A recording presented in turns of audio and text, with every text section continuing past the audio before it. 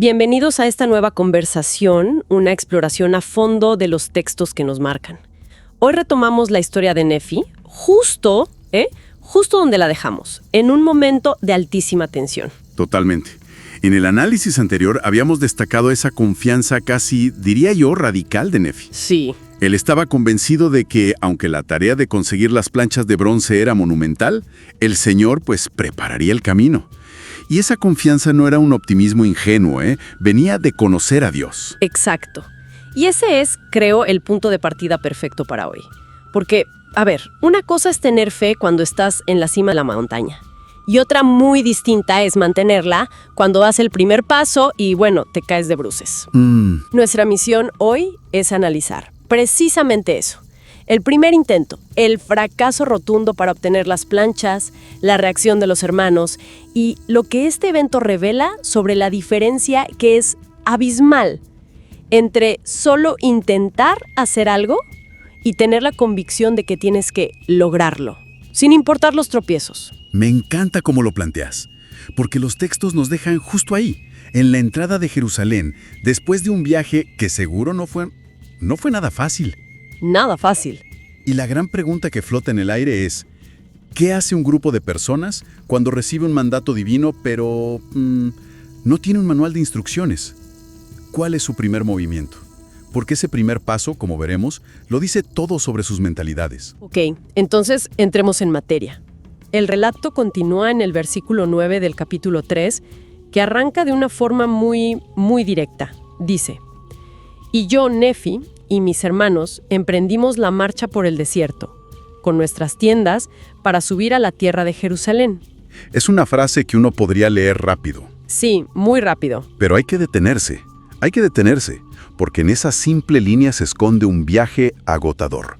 No nos dan los detalles, pero, podemos imaginarlos. El sol, la arena, la incertidumbre de dónde encontrarían agua. ¿O comida? No fue un simple paseo. Para nada. Y ese es un punto clave que el material de análisis resalta. El Señor les dio el destino, pero no el mapa detallado del día a día.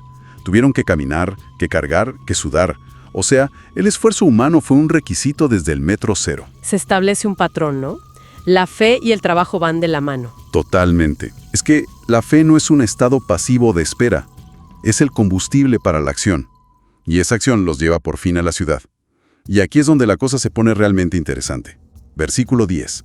Y aconteció que cuando hubimos subido a la tierra de Jerusalén, yo y mis hermanos deliberamos unos con otros. Esa palabra deliberamos me fascina. Nos grita que no tenían ni la menor idea de cómo empezar. Exacto. Tenían el qué, conseguir las planchas. Pero el cómo era una página en blanco. Y aquí es donde entra en juego lo que los textos llaman la tendencia del hombre natural. ¿Podemos definir eso un poco? Es un concepto que aparece bastante. Claro. Es básicamente nuestra inclinación humana a buscar el camino fácil, a esperar que las cosas se resuelvan solas, a quejarnos cuando todo se complica. Ya. Es esa voz interna que prefiere la comodidad a la dificultad. Y en este caso, esa tendencia les podría haber hecho pensar, si Dios lo mandó, seguro que Labán ya está esperándonos con las planchas en la puerta, ¿no? Una expectativa muy cómoda y muy humana. La idea de que la intervención divina elimina la fricción del mundo real. Pero no. Pero la realidad es que tuvieron que sentarse a pensar, a debatir. Me imagino la escena.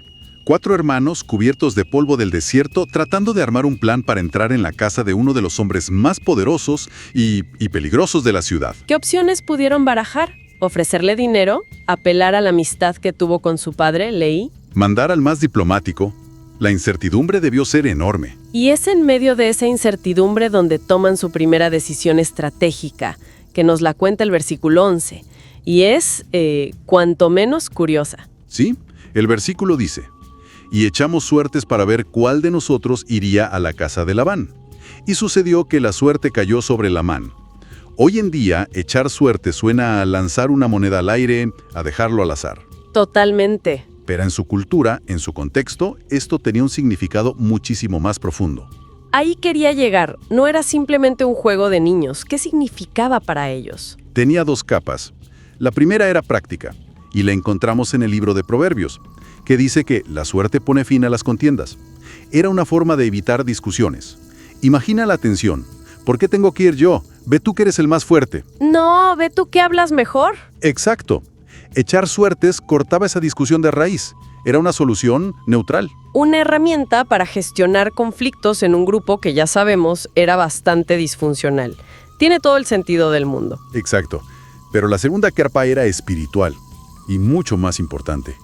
Existía la creencia firme de que Dios intervenía en ese resultado aparentemente aleatorio. Hay otro proverbio que lo dice de forma contundente. La suerte se echa en el regazo, mas de Jehová es la decisión de ella. ¡Wow! La palabra hebrea para suerte, goral, significa tanto pedazo o parte como destino. Así que al echar suertes, no solo estaban eligiendo a una persona. En su mente estaban preguntándole a Dios a quién quería Él que eligieran. Entonces, si juntamos las piezas, su motivación fue una mezcla de cosas. Por un lado, una forma de evitar pelear. Y el material de análisis sugiere algo más, muy humano. Quizás Lamán, siendo el hermano mayor y el líder nominal del grupo, en el fondo no quería ir. Es una posibilidad muy real. Como el mayor, la responsabilidad pues caía sobre él, pero quizá no quería asumirla. Echar suertes le daba una salida. Oigan, yo no me estoy echando para atrás, dejemos que la suerte, o Dios, decida. Y para los otros también era un alivio. De repente la probabilidad de tener que enfrentar a Labán se reducía a 1 en 4. Era una forma de diluir el miedo. Claro. Y al mismo tiempo, seguro que Nefi, con su mentalidad, pensaba, perfecto, que el Señor nos muestre quién debe ir. Así que tienes el miedo humano y la fe divina, todo mezclado en un solo acto. Es complejo y muy real. Y la suerte, como dice el texto, cayó sobre Lamán, el hermano mayor, el más escéptico, el que probablemente menos quería ir. El destino, o Dios, lo pone al frente. Y con esa decisión, el plan se pone en marcha. Pero claro, un plan hecho en el desierto rara vez sobrevive al primer contacto con la realidad de la ciudad. Y menos con un hombre como Labán. No. Lamán va. Y los versículos 12 y 13 son brutales en su brevedad. Leámoslos. Versículo 12. Y fue y habló con Labán mientras éste se hallaba sentado en su casa. Y le pidió a Labán los anales que estaban grabados sobre las planchas de bronce, que contenían la genealogía de mi padre. Y la respuesta en el versículo 13. Y aquí aconteció que Labán se llenó de ira y lo echó de su presencia, y no quiso que él tuviera los anales. Por tanto le dijo, he aquí, tú eres un ladrón, y te voy a matar. Fin de la conversación. Se acabó. No es un no, es una amenaza de muerte. Un fracaso absoluto, violento y peligroso. Lamán escapa por los pelos. Sí. Es difícil no sentir algo por él en ese momento. Desde su perspectiva, que como dijimos seguía las inclinaciones del hombre natural, él probablemente esperaba una conversación civilizada. Hola, señor Labán, mi padre, Ley, necesita los registros familiares. Y en lugar de eso, se encuentra con una furia asesina. El shock debió ser paralizante. Completamente. Y es ese fracaso, ese portazo en la cara, lo que actúa como un revelador químico. Saca a la luz la verdadera naturaleza de cada uno. Aquí es donde vemos la fractura expuesta entre la mentalidad de Nefi y la de sus hermanos. Ambos obedecieron al principio, ambos viajaron, ambos deliberaron, pero su concepto de la misión era de dos universos diferentes. Y aquí es donde llegamos al corazón del asunto. La pregunta clave es, ¿cómo define cada uno su responsabilidad? Después de huir de Labán, me imagino a Lamán llegando sin aliento a donde sus hermanos y diciendo, ya está, lo intenté, fui, pedí, casi me matan, misión cumplida. Esto es imposible, vámonos a casa. Exacto, y esa frase lo resume todo. El análisis de los textos lo dice de una manera brillante. Lamán creía haber cumplido con sus responsabilidades con solo intentar tener éxito. Solo intentar. Para él, el esfuerzo era el fin. Lo intentó, fracasó, y eso lo absolvía de cualquier otra obligación. Caso cerrado. En cambio, Nefi tenía una visión radicalmente opuesta. Para él, y cito, sus responsabilidades incluían completar con éxito la tarea. El intento no era la meta era obtener las planchas. Claro. El fracaso no era un punto final, era un simple dato. Un dato que les decía, ok, esta puerta está cerrada, busquemos otra. Entiendo la diferencia de mentalidad, es clarísima. Pero el análisis va un paso más allá y lo conecta con algo más profundo. El albedrío, la libertad de actuar. A primera vista, esa conexión no me parece tan obvia.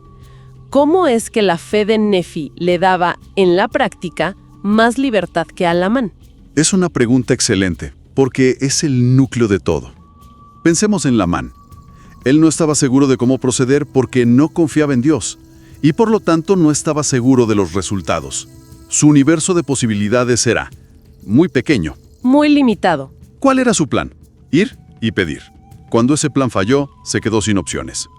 Su falta de fe limitaba su creatividad, su resiliencia.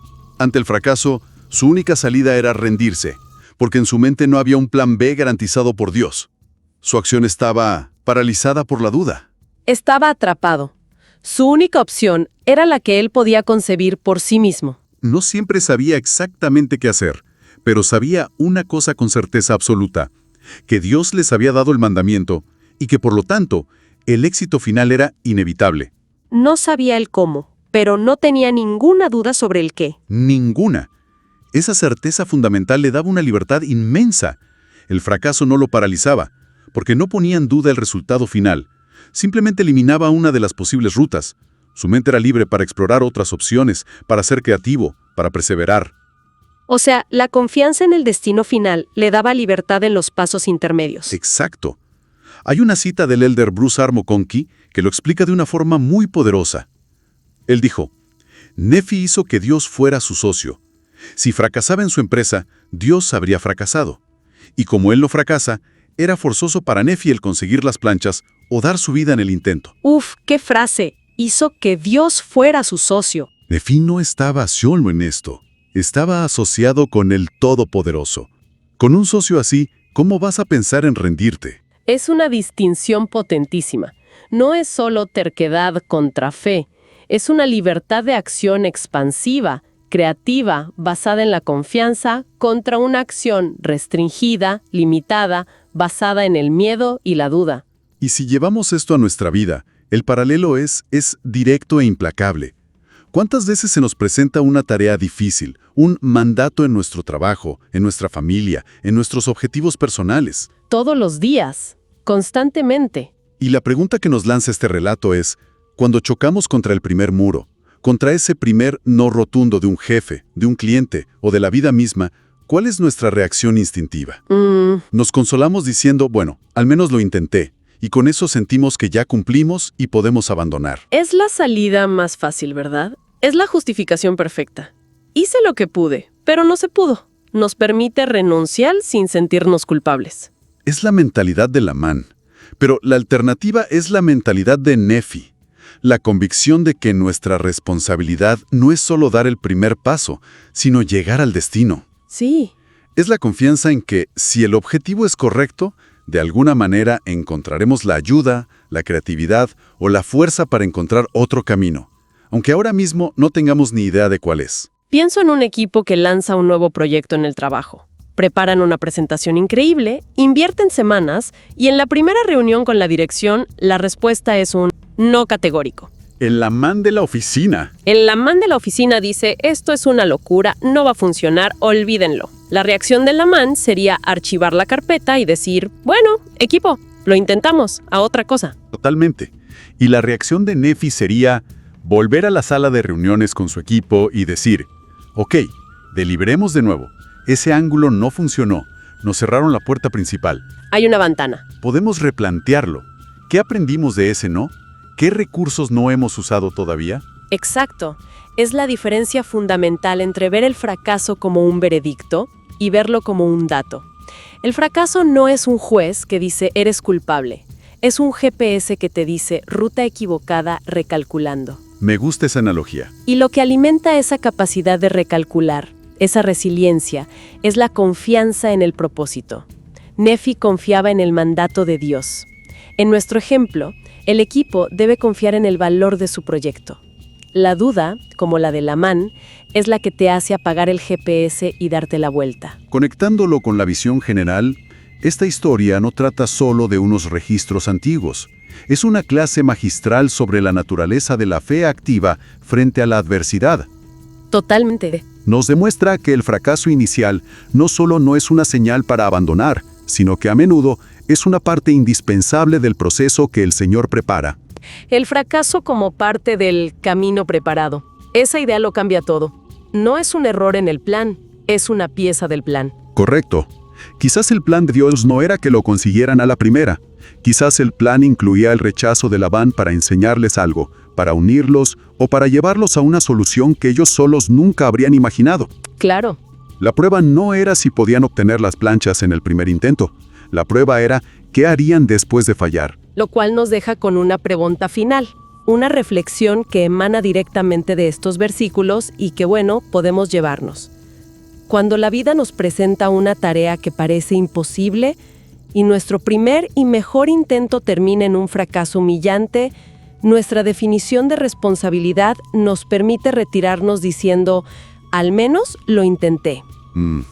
O nos impulsa a deliberar de nuevo, a buscar un camino diferente con la convicción de que el éxito de alguna forma sigue siendo posible. Es la pregunta que define si nuestra fe es un espectador pasivo o un socio activo, si se conforma con el intento o si se compromete con el resultado. Una diferencia que lo cambia todo. Una pregunta para reflexionar. Y con eso cerramos nuestro análisis de hoy. Si esta conversación les ha aportado valor, les invitamos a suscribirse al canal Fe en Cada Paso, a dejar sus comentarios con sus propias reflexiones y a compartirlo con alguien a quien pueda ayudar. Gracias por acompañarnos.